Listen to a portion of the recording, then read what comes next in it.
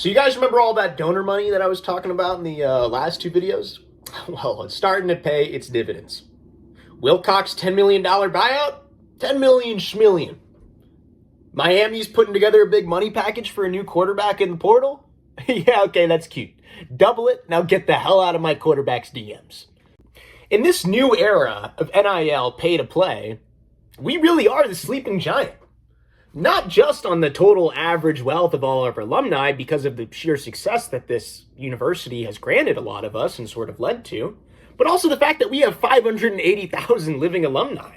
It would probably take you about a year just to sit down and cold call every single millionaire and billionaire who graduated from Cal. And that's why it's great that we have the greatest fundraising team that Cal's ever seen. Filthy Rich Lions, famous for raising millions for Haas. Ron Rivera needs no introduction. And Josh Lupoi is calling out the billionaires and millionaires by name. They don't have the founders of Dreyer's Ice Cream, Levi Strauss Jeans, Olukai. Okay, I could go on for a long time right now.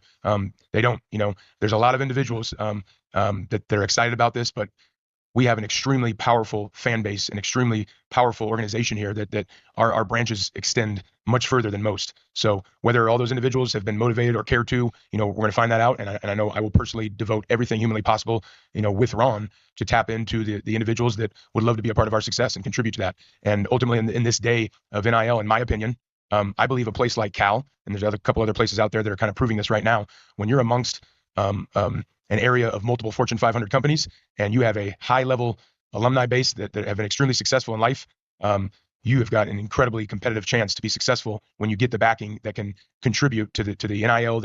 And the thing that's going to separate us, right, and that makes me so excited about this new development in Cal football, is that for so long we've been on the other end of it.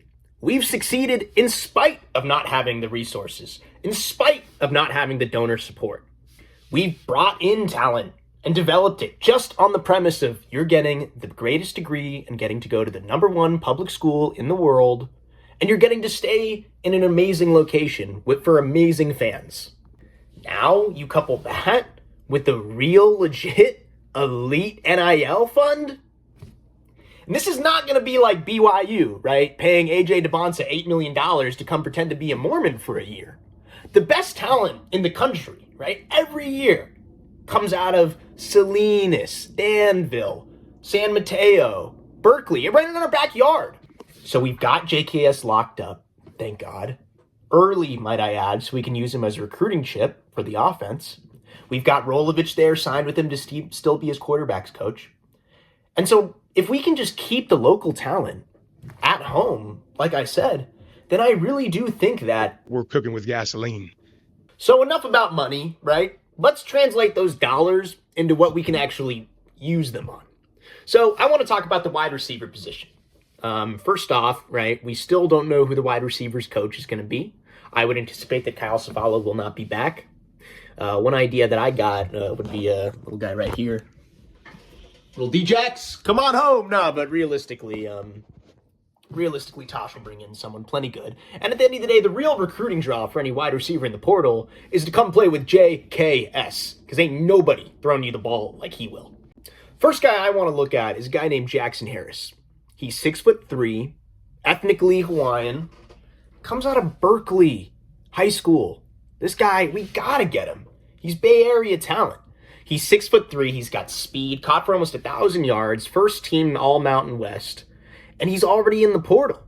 Now, we saw how much JKS loves throwing to bigger body receivers with his relationship with Tron Grizzell. And I look at this guy as like Tron Grizzell 2.0, right? With the same frame, right? The same ability to catch those 50-50s and hit those fade routes, but now with breakaway speed and improved ball skills. Next guy I want to talk about was a second-team CBS All-American. He led the entire nation in receiving yards.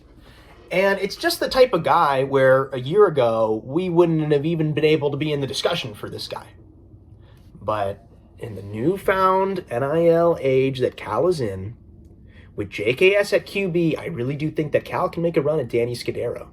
Okay? He's from San Jose, homegrown. He's lightning fast. He's got glue on his hands, runs every single route in the book. And he would fit so well just into that kind of, just like if Jackson was Tron 2.0, Tron's graduating, by the way, this guy would be like DeJesus 2.0, who also is graduating. Every single team in the nation is going to be going after this guy. And so, right, that makes you think, why isn't this guy just going to go to Oregon or USC or Alabama or Georgia? Well, Cal, in this particular case, outside of JKS and the money, we've got another ace up our sleeve.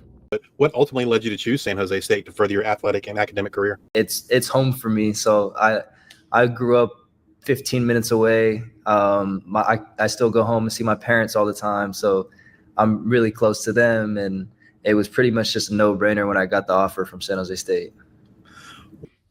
Danny, if you're watching, your parents love you, okay? Don't make them fly 6 hours to go watch you play in Georgia every weekend, okay? Come on home, watch a little bit of JKS film. I had a great mixtape for him. Watch that and tell me you're going to find a better quarterback somewhere else. Last receiver, at least, I want to talk about is a guy that you guys know very well, a fan favorite, Nasia Hunter. I would welcome this guy back with open arms, man. This is one of those guys who unfortunately departed during the NIL strike, during that cursed offseason, right? He's out of Salinas High. He's a local boy. And all of us know what Nasia Hunter can do, right? Lightning speed, just a knack for catching 50-50 balls. And I'll tell you, Nebraska sure enjoyed him this season, right? He was their leading receiver. Dylan Raiola loved this. But guess what? Dylan Raiola just bailed on the team, right? He got kicked out of team meetings because he was taking transfer calls. The culture's completely rotten. It's looking like they might fire their coach. So, Nasia, get out of the dumpster fire, man. Everyone's thinking this guy's probably going to transfer to the SEC, but I say, why not come on back home, man? I know this Nasia was a Burl Toller guy, and allegedly the big reason he left was because we got rid of his wide receivers coach. Fair enough. But Nasia, we're going to bring in a great wide receivers coach. We're going to take care of it. Come on home, baby.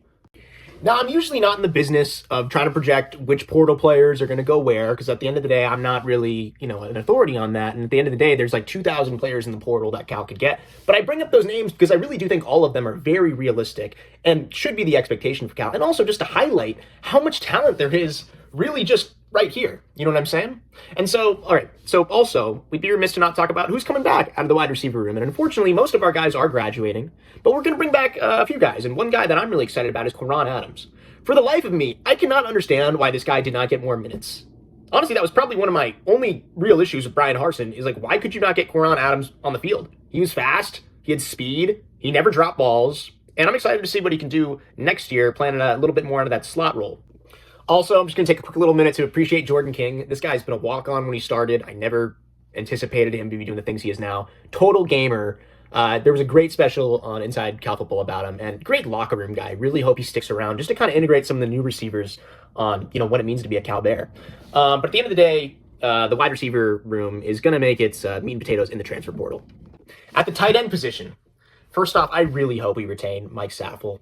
You want to talk about a lifelong Golden Bear. I mean, he was so great, right, as an offensive lineman, and he's grinded his way up in the coaching staff. And ever since he's taken over at tight end coach, we've seen nothing but production at the position.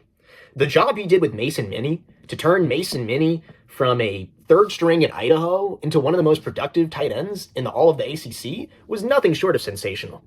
But in terms of guys I want to bring in.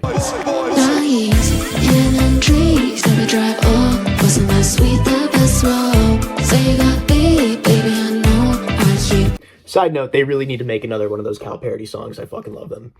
Now, I'm a little biased, okay? I had an econ class with Jack, and I can tell you this guy's a stand-up guy. And as much as it hurt when he left, I think the number one thing that he said was, I want to go to Texas to win a national championship and go to the NFL. Well, how'd that work out for you, Jack? Okay? Arch Manning wasn't exactly all he was cracked up to be. He could be great next year, but they really underutilized Jack. They barely threw to him. You're not going to make the NFL with those numbers, Jack. Jack's from Danville, California, right? They don't care about you out in Texas, Jack. You know who cares about you? Mike Saffel cares about you. We care about you, Jack. Come on home, baby. So, listen, I know a lot of these guys are home run swings, and it seems almost delusional for you to even think that we could sign them, right? But that's what I love about Tosh, and I love about this whole Cal football movement, is it allows us to dream big. Why is it such a pipe dream that we can just get the guys born in Berkeley to play at Berkeley? It shouldn't be a pipe dream. If they end up signing different guys than the ones I just described, then I believe in Tosh, because he probably has been looking at all these guys' film as well, and if he thinks that someone else is better, then he should go get him. So whatever happens, though, I'll tell you this much, JKS is going to be armed to the teeth next year, and I can't wait to see it.